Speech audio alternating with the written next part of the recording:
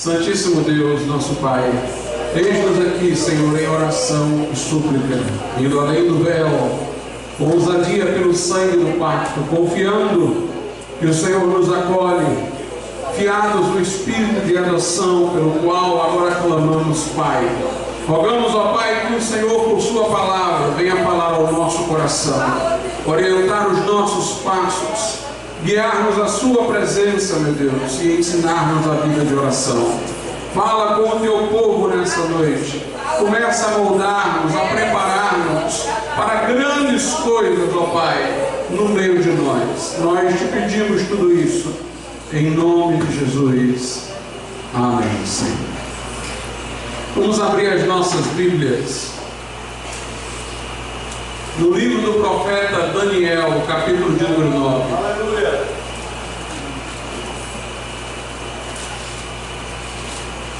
Daniel, capítulo de número 9, nós leremos o versículo de número 19. Amanhã, irmãos, eu convido a todos para estarem também aqui às 19h30 para um grande culto de oração. Vamos orar por este ano que estamos a entrar, pelos desafios que teremos que enfrentar. Vamos orar pelo nosso país, vamos orar pela nossa igreja, vamos orar por um avivamento espiritual, pelo nosso retiro. E hoje, em preparação para o dia de amanhã, eu gostaria de tratar desta temática da oração. Então, Daniel, capítulo de número 9, versículo de número 19. Ó Senhor, ouve. Ó Senhor, perdoa. Ó Senhor, atende-nos e age sem tardar. Por amor de ti mesmo, ó Deus meu, porque a tua cidade e o teu povo são chamados pelo teu nome. Podeis assentar. Daniel, meus irmãos, foi reconhecido como um jovem sábio. Ocupou cargos na Babilônia, na Pérsia, e foi um homem que, estando no lugar de exílio, na terra que não era aquela em que se praticava a verdadeira fé, manteve a sua fidelidade. Em muitos casos, tendo o risco de sua própria vida, havendo sido inclusive lançado à cova dos leões, por não abdicar de seus princípios de oração, inclusive. Mas Deus o socorreu pela súplica lá dentro daquela cova. Daniel, numa determinada passagem do Velho Testamento, é colocado ao lado de duas figuras importantes também. No momento em que Deus diz pelo profeta que não iria abrandar a sua mão no sentido de reter o juízo sobre a nação, ainda que aquelas três pessoas, entre as quais Daniel, estivessem lá para interceder. Apesar de ser mencionado neste caso como alguém que naquelas condições não teria a sua intercessão ouvida, tal era a condição arruinada do povo. Ao ser mencionado neste caso, mostra-se que ele era um homem reconhecido em Israel, como um homem de oração, como um homem que poderia intervir no curso dos acontecimentos pelo seu clamor a Deus. Nós lemos no livro do profeta Daniel inúmeras vezes em que é dito que ele orou, buscou o Senhor, jejuou, deixou de comer certas iguarias para concentrar-se nessa atividade consagrada de orar e de buscar a Deus. O capítulo de número 9 em particular ensina-nos algumas coisas importantes sobre a vida de oração de Daniel. Antes que ele orasse, eu li apenas uma parte da sua oração, o final da sua oração, como está relatado aqui. Diz a Bíblia em Daniel 9, versículo 2: no primeiro ano do seu reinado, eu, Daniel, entendi pelos livros que o número dos anos de que falara o Senhor ao profeta durações de Jerusalém era de 70 anos. E eu, versículo 3, dirigi o meu rosto ao Senhor Deus para o buscar com oração e súplicas, com jejum e saco e cinza. Observe que antes que ele orasse, ele leu a Bíblia, o Velho Testamento, os livros que já faziam parte da Escritura. De modo especial, aqui está dito que ele leu o livro do profeta Jeremias, leu por inteiro, e foi da leitura que ele encontrou orientação para a sua oração.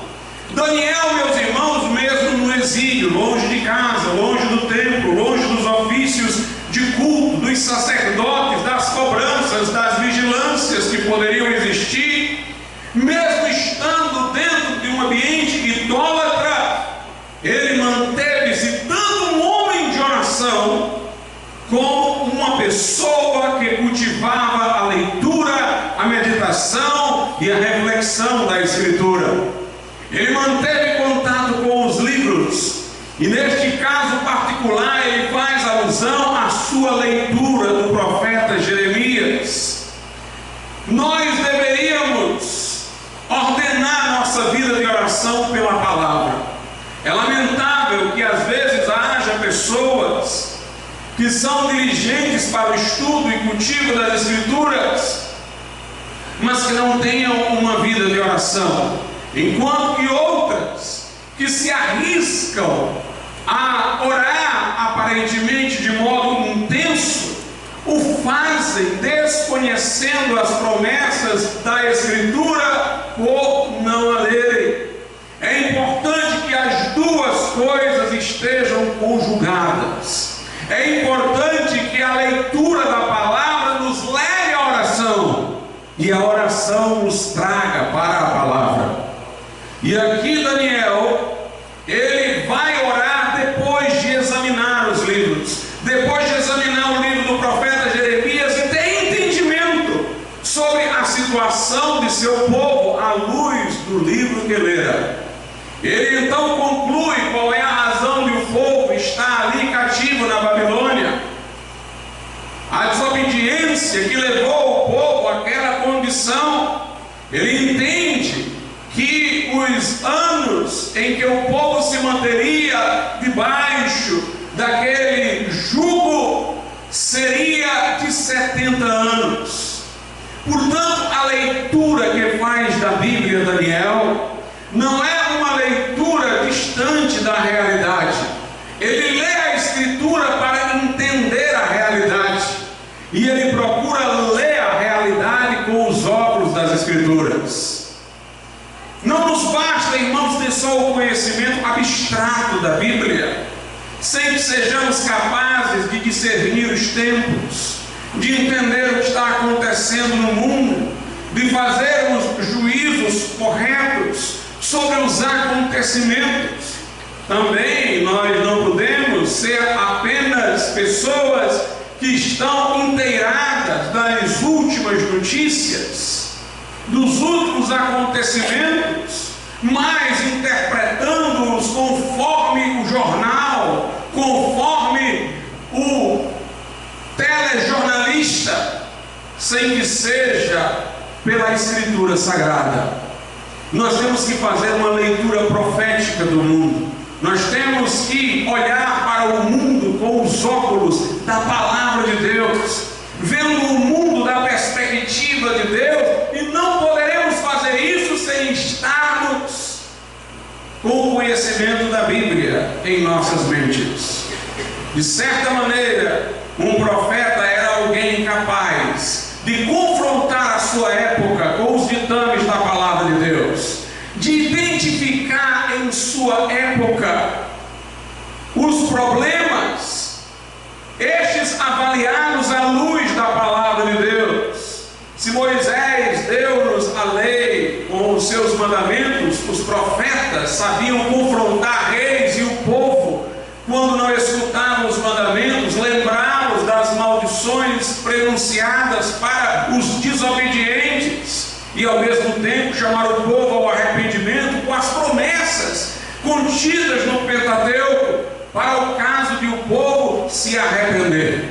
Nós vivemos num tempo em que estamos precisando de profetas, não naquele sentido de serem órgãos da revelação para trazer novos livros às Escrituras Sagradas, mas pessoas que possam ler o mundo à luz da Bíblia e ler a Bíblia de maneira a confrontar o mundo com a sua verdade. E Daniel era assim. Não apenas ele foi um órgão da revelação para ter novos conhecimentos agregados ao texto bíblico, mas com a Bíblia que ele tinha então, ele também foi capaz de fazer o que nós poderíamos ser capazes hoje, de fazer a análise correta do que está acontecendo no mundo por aquilo que ele estava lendo. Aqui, quando ele fala que leu o profeta Jeremias, entendeu que seriam 70 anos aquela situação. Isso não foi uma revelação especial dada a ele como profeta, como outras partes do livro contém. Aqui nós estamos vendo um leitor da Bíblia assíduo, sensível, que está lendo a Escritura para entender as circunstâncias em que vive. Nós não podemos ter dois mundos, o da Bíblia e o mundo daqui. Nós temos que ter este mundo daqui todo olhado pelas cores das Sagradas Escrituras. Nós temos, meus irmãos, que ter a palavra tão intrínseca ao nosso ser, à nossa mente, ao nosso olhar, que nada seja visto sem que se passe pelo filtro da Sagrada Escritura.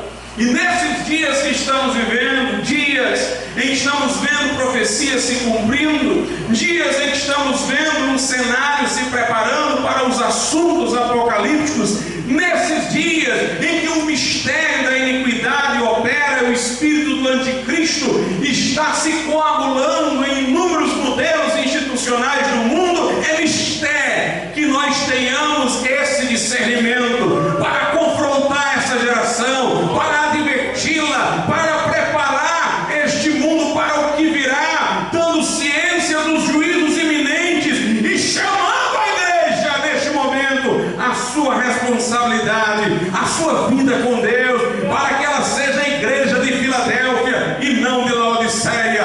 Não a igreja de Laodiceia em que Jesus está do lado de fora batendo-lhe a porta, mas a igreja de Filadélfia onde Jesus lhe abriu uma porta que ninguém pode fechar.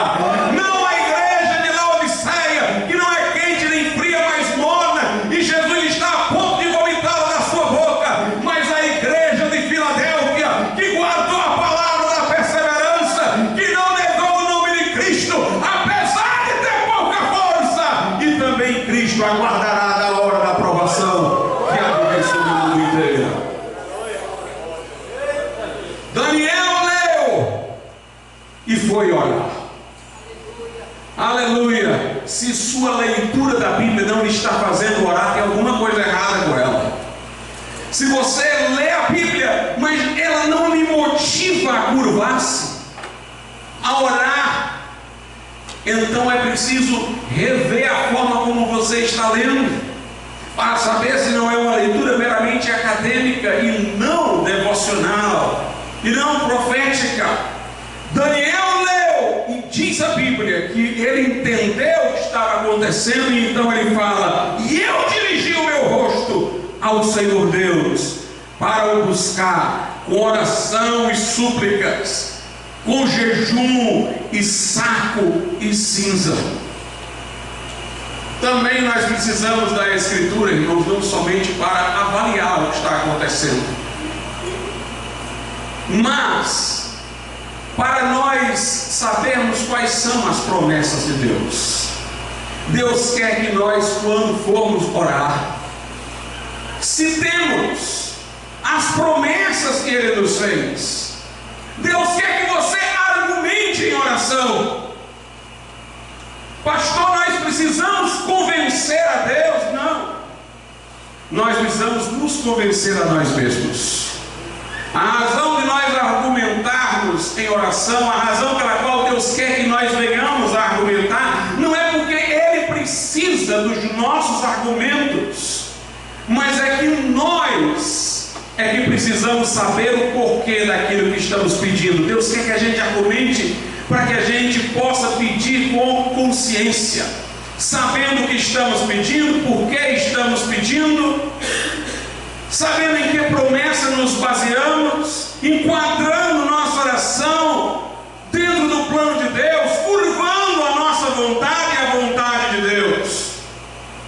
Uma das coisas que nós rejeitamos nestas seitas da prosperidade, como Universal e companhia, é que lá os pastores fazem semanalmente suas campanhas, prometendo que aqueles que se submeterão a determinado rito, tocarão em determinado objeto, farão determinada coisa, levarão determinada coisa para casa, serão abençoados. Eles não têm base na Bíblia para aquilo ali, eles inventam teatralmente toda semana uma coisa desse tipo, são extremamente criativos. Aliás, se não fossem, não manteriam o público, porque a mensagem deles é a mesma ladainha, não tem nada de novo, mas parece haver um revestimento de novidade na medida em que a campanha está sempre mudando para outra campanha. Mas o fato é que eles asseguram, em nome de Deus, que a pessoa que vai se submeter àquilo ali vai receber algo de Deus, quando Deus não prometeu isso. Deus não prometeu. Isso não é a verdadeira fé. A fé vem pelo ouvir a palavra de Deus. A verdadeira fé se inspira naquilo que Deus prometeu. Quando oramos a Deus, nós devemos orar mencionando as promessas, para exatamente sabermos, enquanto oramos, que temos que ser submissos a Ele, pedir aquilo que Ele prometeu, não que Ele não prometeu, colocando, portanto, nossa oração dentro da sua vontade. Aquele que não lê a Escritura não pode orar desse jeito. A verdadeira oração, irmãos, parece a argumentação de um advogado, citando a Bíblia para Deus, lembrando ao Senhor que Ele fez promessas, lembrando ao Senhor a sua aliança. É o que Daniel fazia. Ele diz aqui no verso 4: e orei ao Senhor meu Deus e confessei e disse: ah, Senhor Deus grande e tremendo, que guarda a aliança e a misericórdia para com os que te amam e guardam os teus mandamentos. Ele sabe que não pode reivindicar de Deus algo em nome da obediência do povo, porque o povo não foi reto, mas ele também sabe que Deus é misericordioso e tem promessas baseadas em sua misericórdia. E então ele diz aí no versículo de número 7: a ti, ó Deus, pertence a justiça, mas a nós a confusão de rosto. Portanto, Daniel revela a humildade enquanto ora. Ele não escuta o povo e justifica o povo por aquilo que de errado o povo fez. Ele reconhece: a nós pertence a confusão, merecemos, pecamos. A ti pertence a justiça, tu és justo em nos afligir, em nos castigar. Mas Daniel vai lembrar também que o mesmo Deus que é justo é misericordioso. E então no verso de números 8 e 9 ele diz assim: ó Senhor, a nós pertence a confusão de rosto, aos nossos reis, aos nossos príncipes e a nossos pais, porque pecamos contra ti. Ao Senhor nosso Deus pertencem a misericórdia e o perdão, pois nos rebelamos contra ele. Note como ele tem uma correta antropologia e uma correta teologia. Ele não desculpa o homem, nós pecamos. A confusão nos é merecida. Se tu nos afligires, tu és justo no fazê-lo. Mas, Senhor, nós também sabemos que tu és um Deus de misericórdia e perdão. Por que tu revelaste isso? Por que disseste isso? Então nós notamos aqui, meus irmãos, como Daniel argumenta na sua oração. E veremos isso mais adiante ainda. Mas eu gostaria de citar alguns outros trechos para os irmãos verem como Deus nos convida a argumentar. Isaías capítulo 1, versículo 18. Vinde então e raciocinemos. Quem está dizendo isso é Deus. Venham para um colóquio comigo. Vamos raciocinar juntos, diz o Senhor. Ainda que os vossos pecados sejam como a escarlata, eles se tornarão brancos como a neve. Ainda que sejam vermelhos como o carmesim, se tornarão como a branca lã. Deus está dizendo aqui a um povo a quem o profeta Isaías está condenando o pecado: vocês podem se arrepender, se arrependam e venham argumentar comigo, e venham raciocinar comigo, com base nas promessas que eu fiz, e eu vou lavar vocês. Em Jó, nós vemos Jó falar o seguinte, no capítulo de número 23, a partir do versículo de número 3. Ah, se eu soubesse onde eu poderia achar, é Jó falando sobre Deus, então me achegaria ao seu tribunal, exporia ante ele a minha causa, e a minha boca encheria de argumentos. Saberia as palavras com que ele me responderia, entenderia o que ele me dissesse. Para você entender o que Deus vai lhe falar, você tem que conhecer a Escritura. Para você argumentar com Deus, você tem que conhecer a Escritura. Nossa oração, irmãos, não nos deve nunca afastar da Bíblia, porque ela deve ser uma oração baseada na Bíblia, baseada na Escritura Sagrada. É assim que Deus nos chama, nos convoca a uma vida de oração. Mas vamos ao versículo que nos serviu de ponto de partida nessa noite. Daniel 9, versículo 19. Diz assim: ó Senhor, ouve, ó Senhor, perdoa, ó Senhor, atende-nos e age sem tardar. Se alguém quer encontrar indícios no Velho Testamento da Trindade, eis aqui um bom indício. Ó Senhor, 3 vezes. Ó Senhor, ouve, é o Pai a quem destinamos oração. Ó Senhor, perdoa, é Jesus que pelo seu sangue garantiu-nos o perdão de pecados. Ó Senhor, atende-nos e age sem tardar, é o Espírito Santo que age em resposta à oração. Aleluia! Ó Senhor, ó Senhor, Senhor, é o Deus que ouve, o Pai, o Deus que perdoa, Jesus, o Deus que age, o Espírito Santo. Mas observe como ele fala, ó Senhor. Essa expressão ó, essa interjeição representa um suspiro da alma e do coração. Martyn Lloyd-Jones, nos seus sermões sobre avivamento, pregou um sermão inteiro sobre a palavra ó, quando Isaías ora, ó Deus. A pessoa um sermão inteiro baseado nessa palavrinha dentro de um versículo, ó Deus. Ele disse: não há avivamento sem que tenhamos pessoas orando. Que pessoas orando? Quem se lembra do que Deus já fez? Ó Deus, faz de novo. É quem se lembra das promessas de Deus. Ó Deus, cumpre as tuas promessas. Ó Deus, a oração tem que vir lá de dentro, tem que ser o grito do mais íntimo do nosso coração. Ó Senhor! Aleluia! Quando ele fala 3 vezes, ó Senhor, ó Senhor, ó Senhor, além de representar o Deus triuno, isso representa também insistência. Ó Senhor, ouve.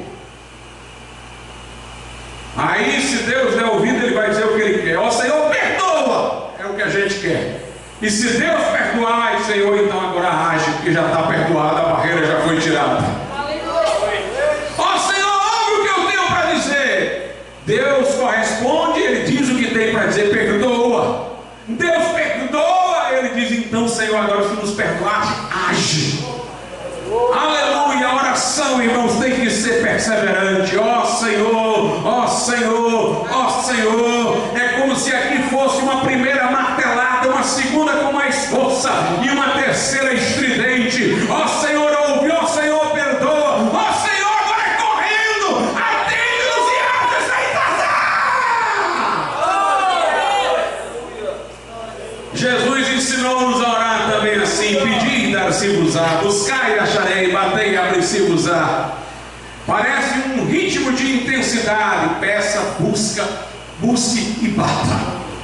Quando a gente pede, estamos pedindo alguma coisa de Deus. Quando buscamos, já é a Deus, já aprofundou. E se está demorando, nós vamos começar a bater, nós vamos começar a esmurrar a porta. Se o diabo quer fechar a porta de acesso, nós vamos entrar na briga. Pedir, buscai, batei, persevere em oração. Chegou a hora de a igreja derramar a alma diante do Senhor e clamar e orar até que a glória desça. Ó Senhor, ouve, ó Senhor, perdoa, ó Senhor, atende-nos e age sem tardar, por amor de Ti mesmo. É interessante, irmãos, que quando um homem ama-se a si mesmo, em detrimento de tudo e de todos, dizemos que ele é egoísta. Quando Deus ama-se a si mesmo, Ele não é egoísta, Ele nos está abençoando.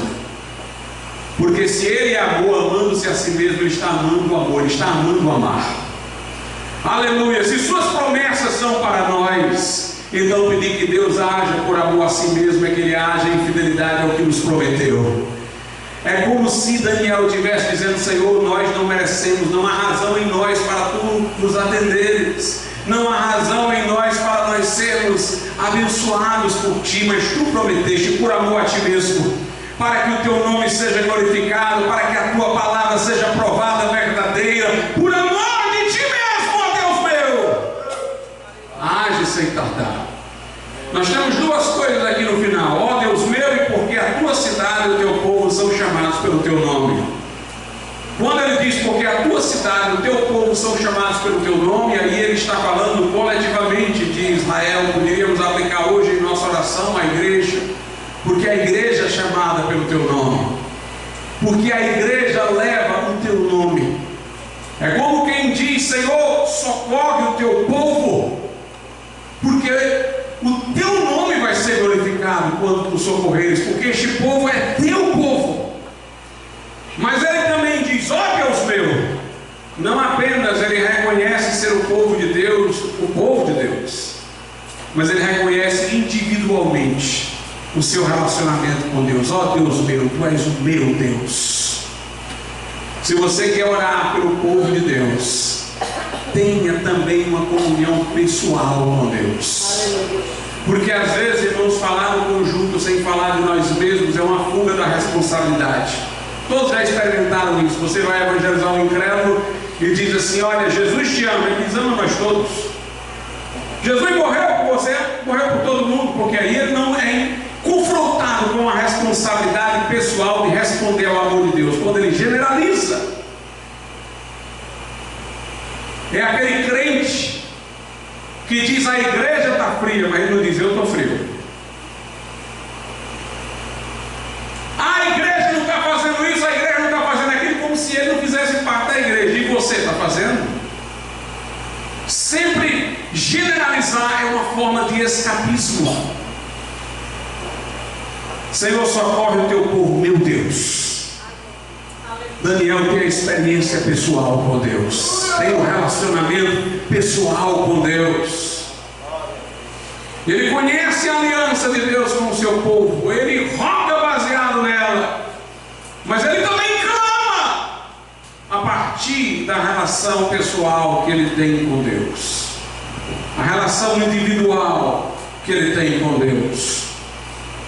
No versículo 20 diz assim: estando eu ainda falando e orando e confessando o meu pecado e o pecado do meu povo Israel, e lançando a minha súplica perante a face do Senhor meu Deus, pelo monte santo do meu Deus, estando eu, digo, ainda falando na oração, o homem Gabriel, que era um anjo, que eu tinha visto na minha visão ao princípio, veio voando rapidamente e tocou-me a hora do sacrifício da tarde.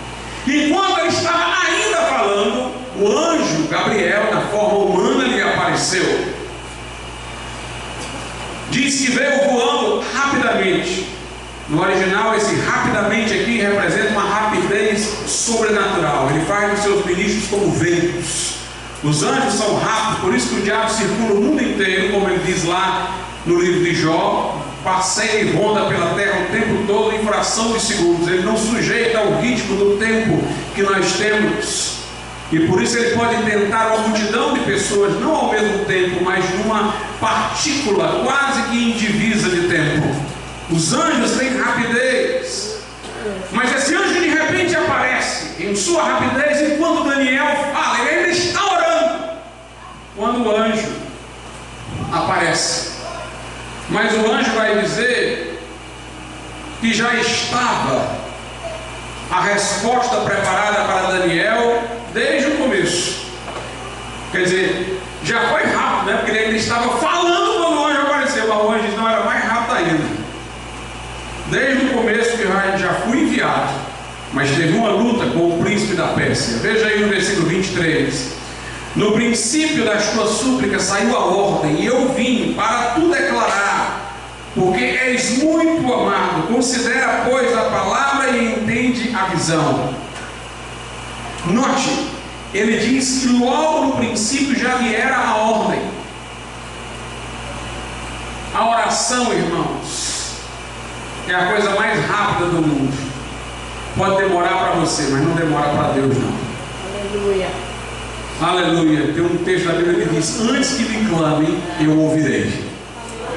Antes que peçam, eu responderei. É mais rápido que a velocidade da eletricidade, porque você nem antes de orar já está pronta a resposta.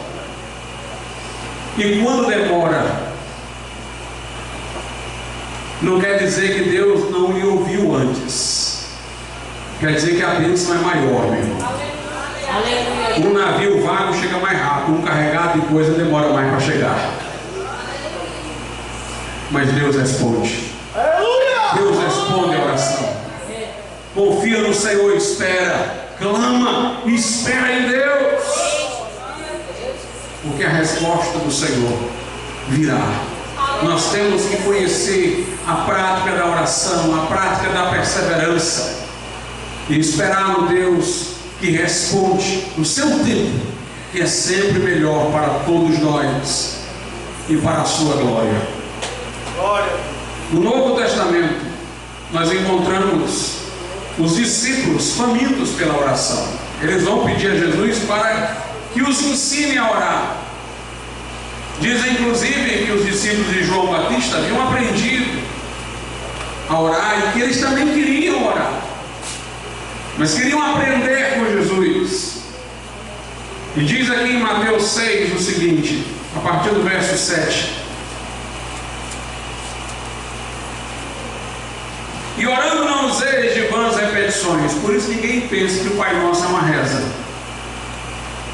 Jesus seria contraditório se quisesse ter estabelecido o Pai Nosso como uma reza. Nós não lemos em nenhuma parte do Novo Testamento que os discípulos tenham repetido o Pai Nosso em oração. Nós temos muitas orações no livro de Atos, nós temos muitas orações nas epístolas de Paulo. Em nenhuma delas se faz alusão à repetição da oração do Pai Nosso. Jesus quis dar um exemplo de oração, porque antes ele disse, versículo 7: orando não useis de vãs repetições como os gentios, que pensam que por muito falarem serão ouvidos. Não vos assemelheis, pois, a eles, porque vosso Pai sabe o que vos é necessário antes de vós me pedirdes. Portanto, vós orareis assim.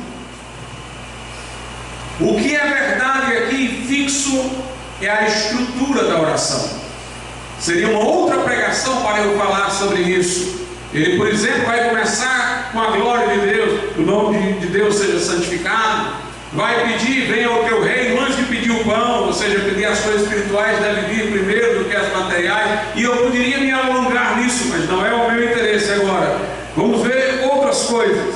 Diz aqui, portanto, vós orareis assim: Pai nosso que estás no céu, santificado seja o teu nome, venha o teu reino, seja feita a tua vontade, assim na terra como no céu.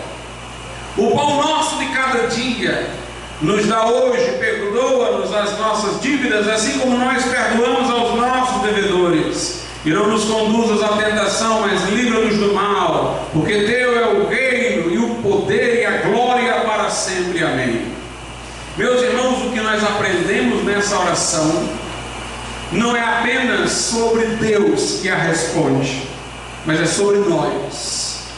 Se nós quisermos ser ouvidos por Deus, nós temos que ter um coração quebrantado e contrito. Se nós quisermos que Deus escute a nossa súplica, nós temos que ser humildes. A altivez de espírito precede a queda, o orgulho precede a ruína.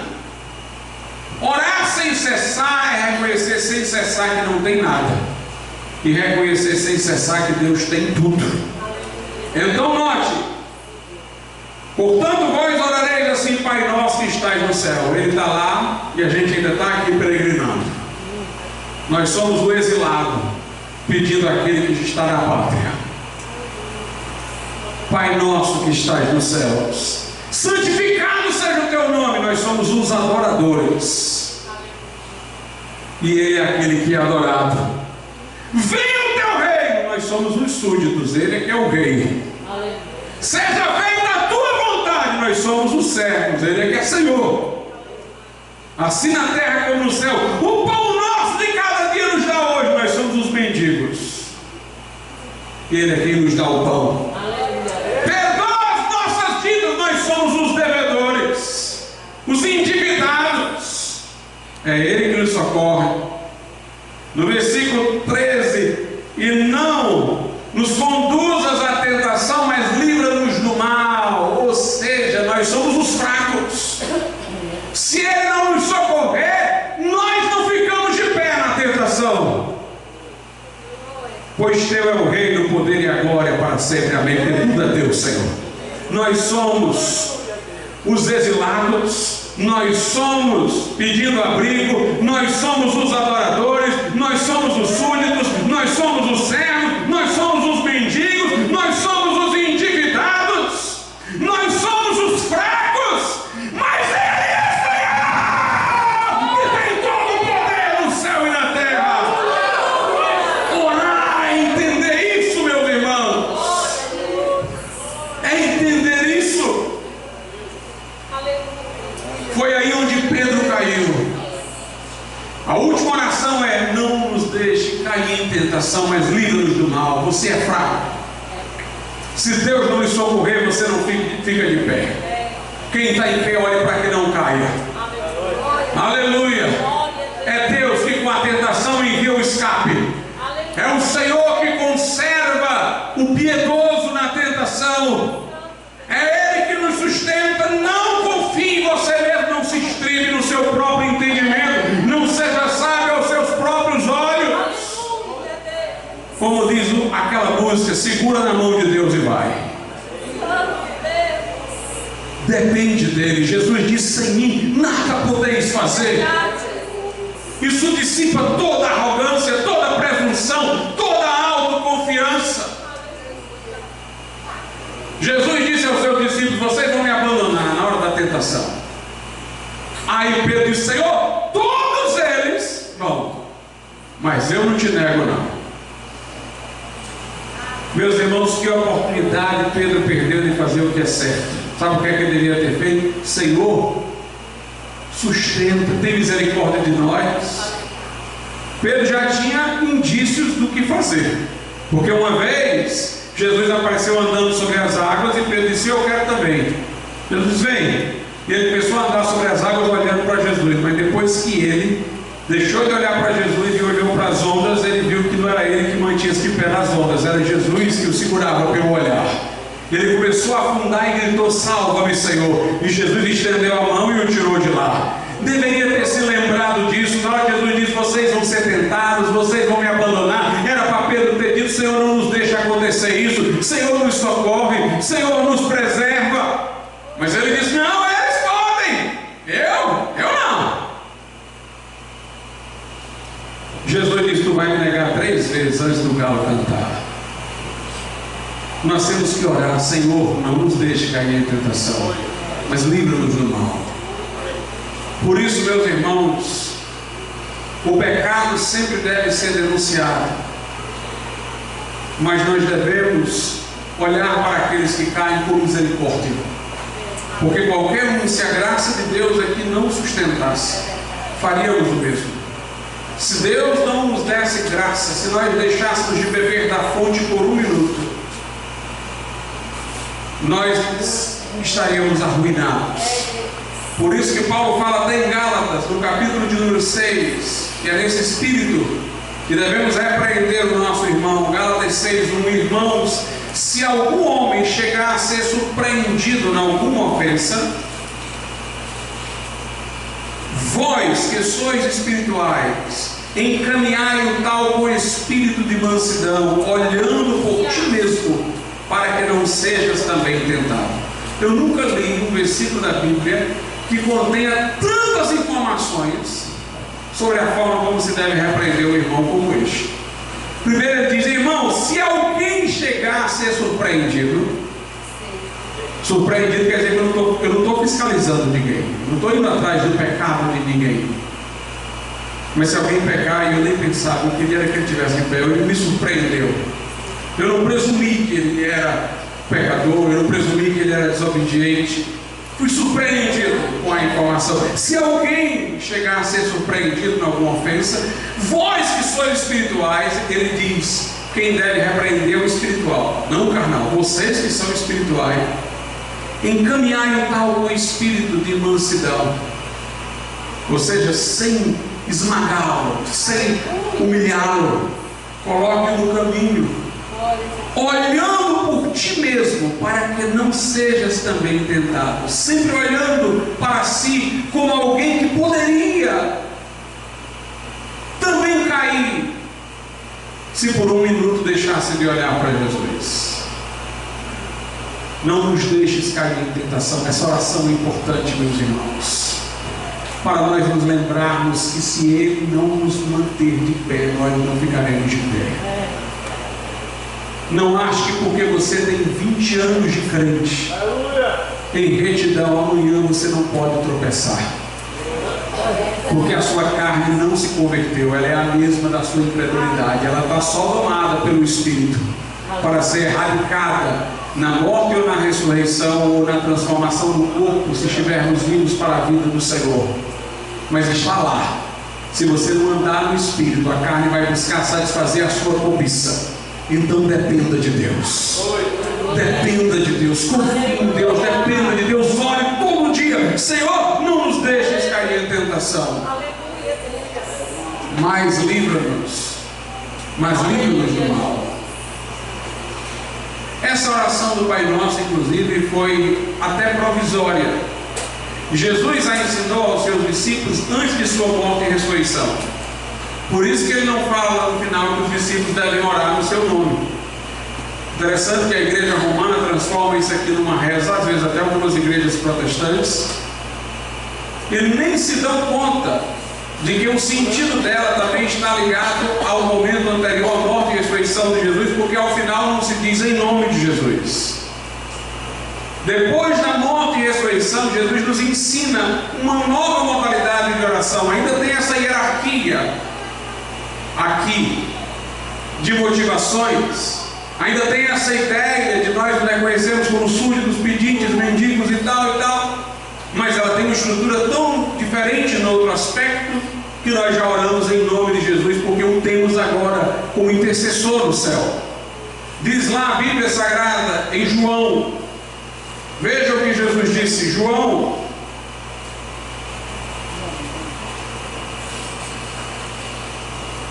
capítulo 16, versículos 23 e 24. E naquele dia nada me perguntareis. Na verdade vos digo que tudo quanto pedirdes ao meu Pai em meu nome, Ele vos há de dar. Até agora nada pedistes em meu nome.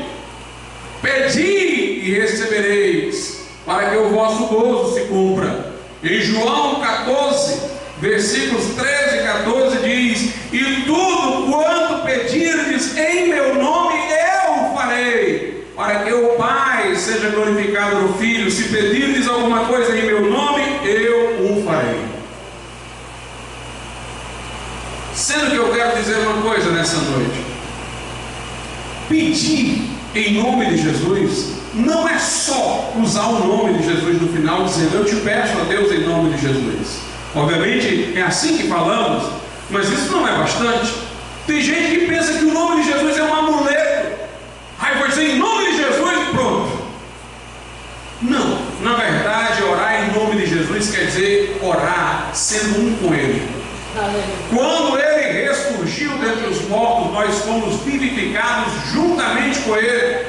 Eu tenho falado muito aqui ultimamente, João 20, 22, nos soprou sobre os discípulos, o Espírito Santo os uniu assim, eles tornaram-se um com Cristo, como Jesus disse: naquele dia vocês saberão que eu estou no meu Pai está em mim, eu em vós, vós em mim.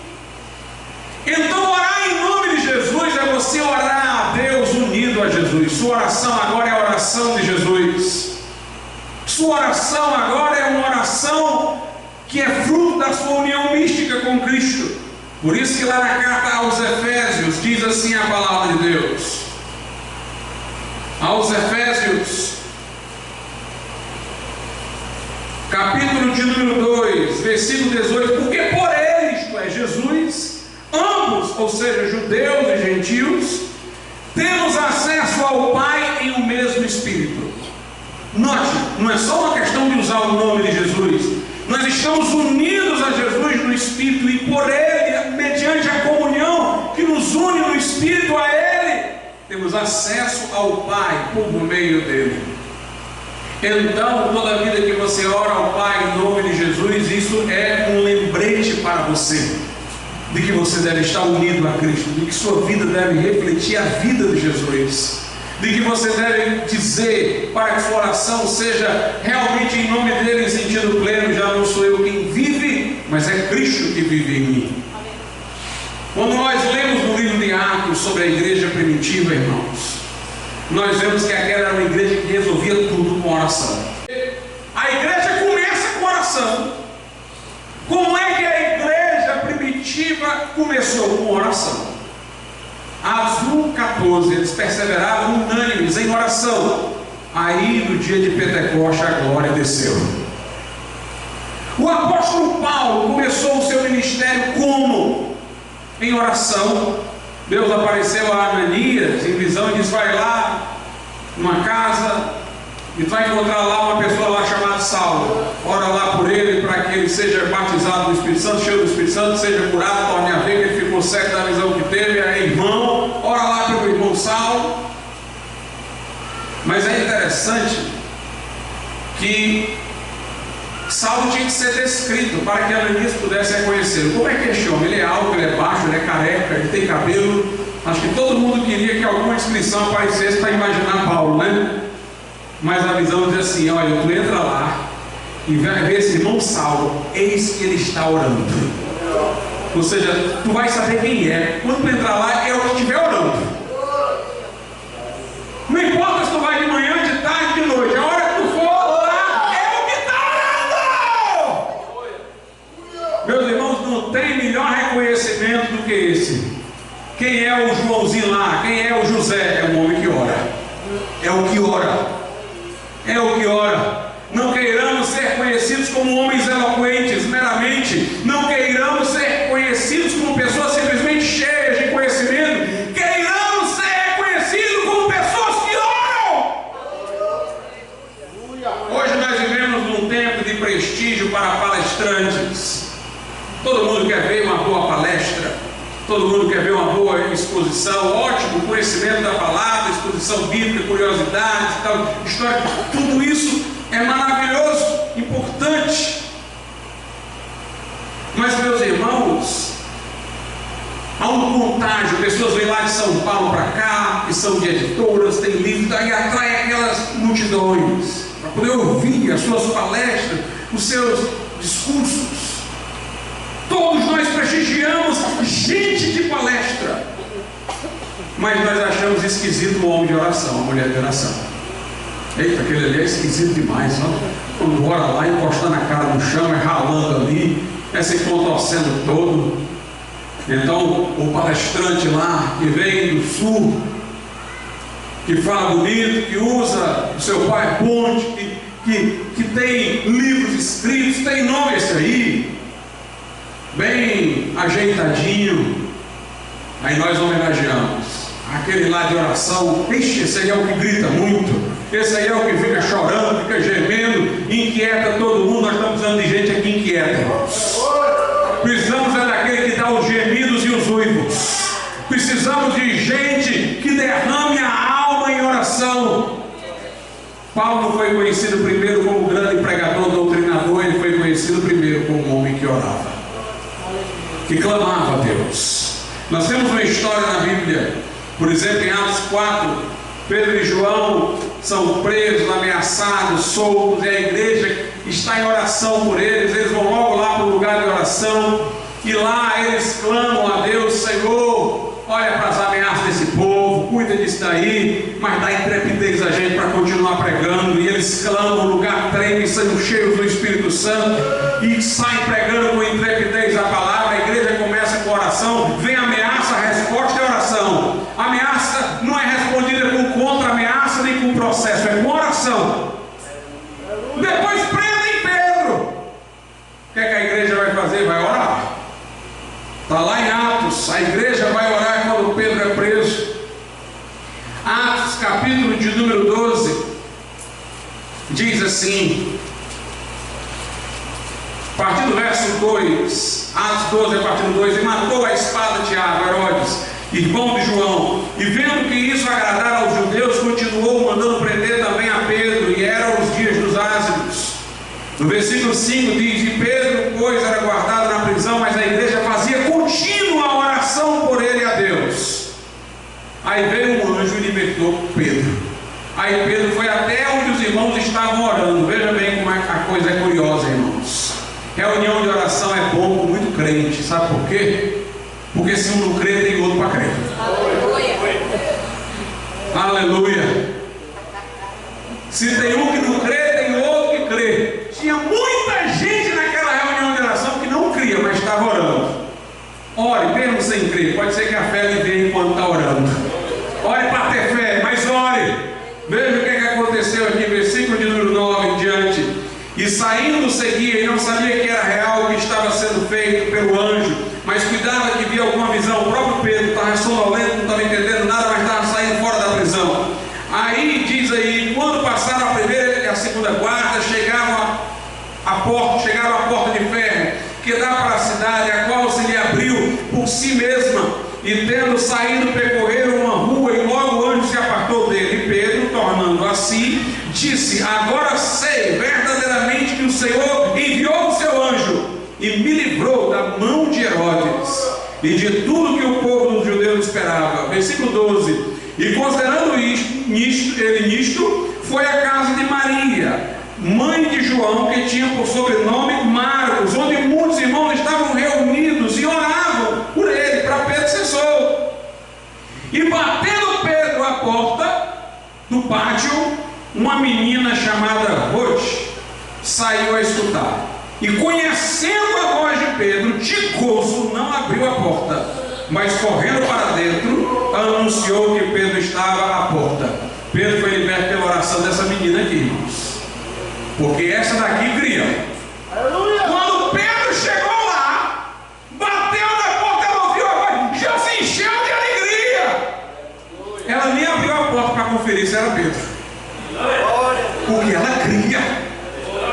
É como se ela já tivesse ido na expectativa. Deve ser Pedro, a gente está orando por isso, deve ser Pedro. Quando ouviu a voz de Pedro, ela já se alegrou e saiu correndo. Pedro está aqui, quis nem ver. Mas veja os outros. E disseram-lhe: estás fora de ti. Mas ela afirmava que assim era, e diziam: é o seu anjo. Quer dizer, primeiro não era Pedro, a minha está doida, mas ela insistia muito, então deve ser o anjo de Pedro que veio aí. Mas Pedro perseverava em bater, e quando abriram, viram-no e se espantaram. Note a diferença, a menina se alegrou só com a voz, eles ficaram espantados até quando viram. Mas vamos orar, que tem um lá que clama em igreja. Mas o interessante é que a igreja primitiva respondia a todos os seus problemas com oração. Meus irmãos, nós precisamos orar. Nossa resposta é oração. Nossa resposta é oração. Não depende do que quer nem do que corre, mas de Deus que usa de misericórdia. Não somos nós que fazemos, é o Senhor que pelejará por nós. Aleluia! Não é o carro,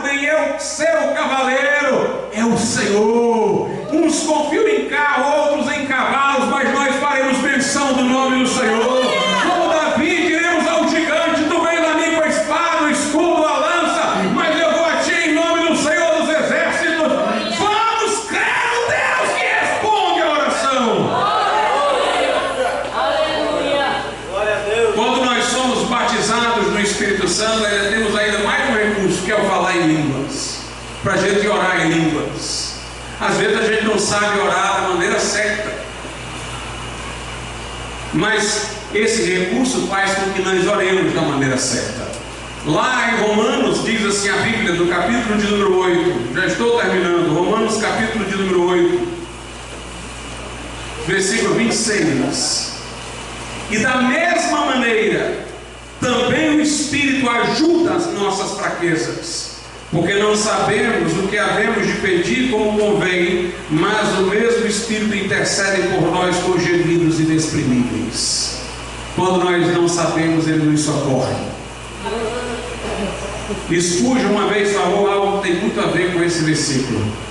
Spurgeon disse: um dia uma irmã da minha igreja, e meus irmãos, como era maravilhoso, Spurgeon dizia que ele era um pastor que não tinha do que se queixar de sua igreja pelos cultos de oração. Já pensou um pastor poder dizer isso hoje? Ele disse de púlpito numa pregação: eu não tenho do que me queixar dessa igreja, porque é o culto mais prestigiado dessa igreja, é o culto de oração. Agora você entende porque que houve um avivamento lá, né? E ele conta que uma vez uma irmã chegou para ele e disse assim: pastor, meu marido faleceu, eu preciso pedir aí uma coisa ao governo. Eu posso fazer uma carta e você assinar, porque você é conhecido, respeitado, para pedir por mim? Depois eu disse: tudo bem. Mas ele disse que quando a carta chegou, de cada 10 palavras que a mulher escrevia, somente uma estava certa, ela escrevia tudo errado. Aí a irmã disse: pastor, você vai assinar? Ele disse: eu vou assinar. Mas ele disse: eu levei a carta para casa e refiz a carta. Disse tudo que ela tinha dito, mas sem os erros gráficos que ela havia utilizado. E no final eu assinei. Ele disse assim: é o Espírito Santo. A gente traz a oração toda errada, mas Ele nos ajuda na fraqueza. Ele corrige, depois Ele assina embaixo para subir para o céu. E Jesus nos respondeu. Meus irmãos, vamos orar, vamos clamar, porque Deus ainda é o mesmo. Nós é que precisamos ser mais pessoas de oração. Nós vivemos no tempo da inquietude, principalmente com a tecnologia. As pessoas querem ficar toda hora em WhatsApp, em celular, em movimento, em ação, em vida frenética, e não tem mais tempo, calma, sobriedade, aquietação para orar.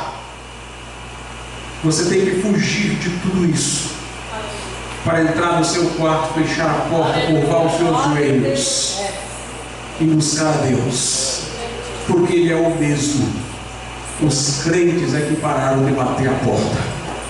Vamos bater a porta, que nós veremos maravilhas da parte do Senhor. Amém? Vamos ficar de pé. Vamos orar ao Senhor nesse momento. Nosso Deus e nosso Pai, nós te louvamos e te agradecemos, porque o véu foi rasgado, porque temos o Espírito de adoção que clama: Abba, Pai, porque podemos ter ousadia para entrar no Santíssimo Lugar pelo sangue de Jesus. Derrama, Senhor, o Espírito de oração, de súplica sobre o teu povo. Move o teu povo a orar, a buscar, a clamar, a esperar grandes coisas de ti, Senhor.